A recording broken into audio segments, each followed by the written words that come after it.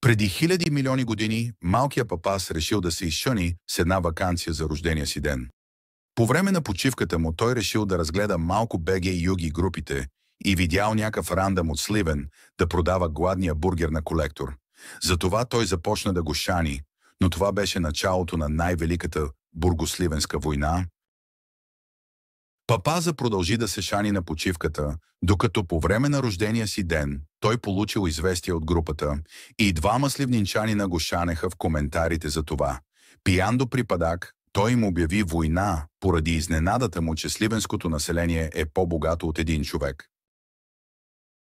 Двете сливнинчанина знаели, че сами нямали шанс срещу войните на Буграс. Затова те решили да се посъветват с императора на Сливен, Божидар Тодоров.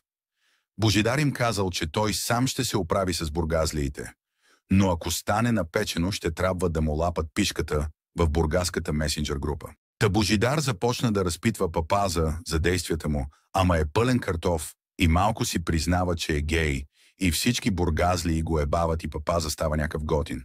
Божидар решава да си разшири домейна и призовава друтарите му да му смучат в чата. И за малко битката беше изравнена, докато някой в чата не каза, що просто не играете манимач. Тогава папаза знаеше какво е решението на проблемите му и предизвика Божидар на Юги мач за 20 лева. Божидар не би могъл да приеме този мач при положението на финансовото състояние на Сливен, затова казал 20 лева са много малко, тъй че дай за 10 лева в трейд. Папаза се навил и така се разбраха за битката на титаните. Часът на дуела пристигнал и Божидар се появил на бойното поле с неговата темпа и стратегия, която за времето си била една от най-силните, но папазовата колода не отстъпвала по сила, защото тя била не коя друга, а Юбел Финсмит. Папаза успял да вземе зарчето и започнал първи, не знаейки, че Божидар иска точно това. Папаза започнал дуела с активацията на отварянето на духовните врати, но Божидар го спря с Аш Блосъм. В този момент папаза разбра, че той ще спечели дуела, след като нормално призова Beckoning Beast, но Бочко използва безкрайното непостоянство на тази карта. Звуците от подигравки, отправени към Божидар, затихнаха от този негов плей, но папаза му каза Анилей с ефект на Енгривър и Бочко смукна малко. Когато папаза стигна края на хода си, полето му било почти непобедимо. Полето на папаза било силно, но Божидар имал шанс да го спре. Той започна хода си с теглянето на карта и тя била точно това, от което се нуждаеше.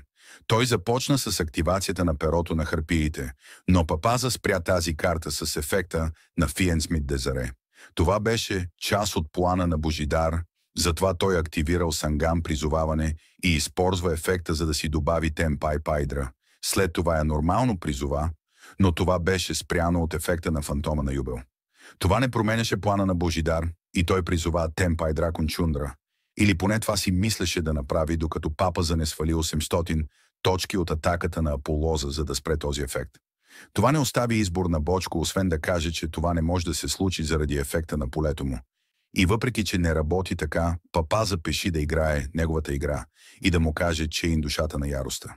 Божидар не знае защо, но чудовището му напуска полето, въпреки полето му.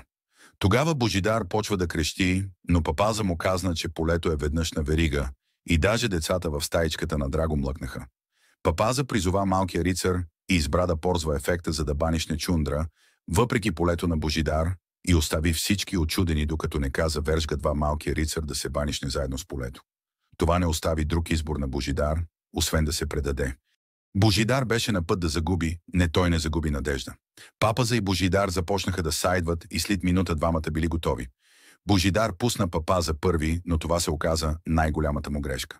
Папаза беше сложил сините сълзи в дека си, карта, която му позволява да сложи с главата надолу измерителна бариера. След известно време папаза изкара много по-слабо поле, но този път имаше и бариерата. Хода на Божидар започна, но преди дори да изтегли карта, папаза нетърпеливо обърна картата си, която досега беше с лици надолу. Тя била не коя да е друга карта, а измерителната бариера, и той каза синхро. В този момент стратегията на Божидар се съсипала, но той не беше готов да се предаде. С всички сили Божидар сложи ръка на колодата си и изтегли карта с такъв замах, че перуката на зещето падна от голото му теме. Божидар погледна към ръката си, но положението не било на добре, но той вярвал, че ако си изиграе картите, добре може и да има шанс срещу Папазовото поле.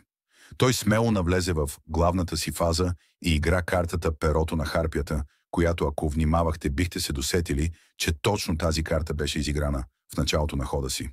Папаза решил да играе Дезаре отново и когато Божидар видял, че Пахаза пак влезе точно в капана му, веригата започнала да се изпълнява, което значело, че Перото му нямаше да направи нищо. Божидар не знаеше какво се случва. Той имаше забранен дроплет в ръката си, но книгата за дуелиране не му позволи да го използва. Без да покаже знак на тревожност, той продължил с хода си и лека по лека той успя да призове 10 пая Дракон Пайдра и 10 пая Дракон Чундра и с това поле той навлязал в бойната му фаза и се опита да атакува фантомът на Юбел. Но за негова изненада нито Папаза загубил точки, нито фантомът бил изпратен на гробището. Тогава Папаза му обяснил какво прави картата Кошмарна болка и Бочко нямал друг избор, освен да атакува и да отиде във втората му главна фаза. В нея той се опитал да съчетае 10 пая Дракон Паидра и 10 пая Дракон Чундра в черената роза Синхро Дракон и да използва ефекта му, но той бил прекъснат от Папаза, напомняйки му, че бариерата още е активна, но Бочко само се усмихнал и изкрещял: "Това не ми променя плана", и той унищожил цялото поле и приключил хода си. Папаза обаче изтегли Самсара Лотос и го ебе анално. Бочка загуби. Вместо да приеме загубата като мъж и да даде 10 лива в трейд, той хуква да бяга като анално податлива риба изтръпнала и се каклева, че ще се върне, докато се качва на един дехидратиран кон, за да се прави към Сливен. След тази победа много неща се промениха.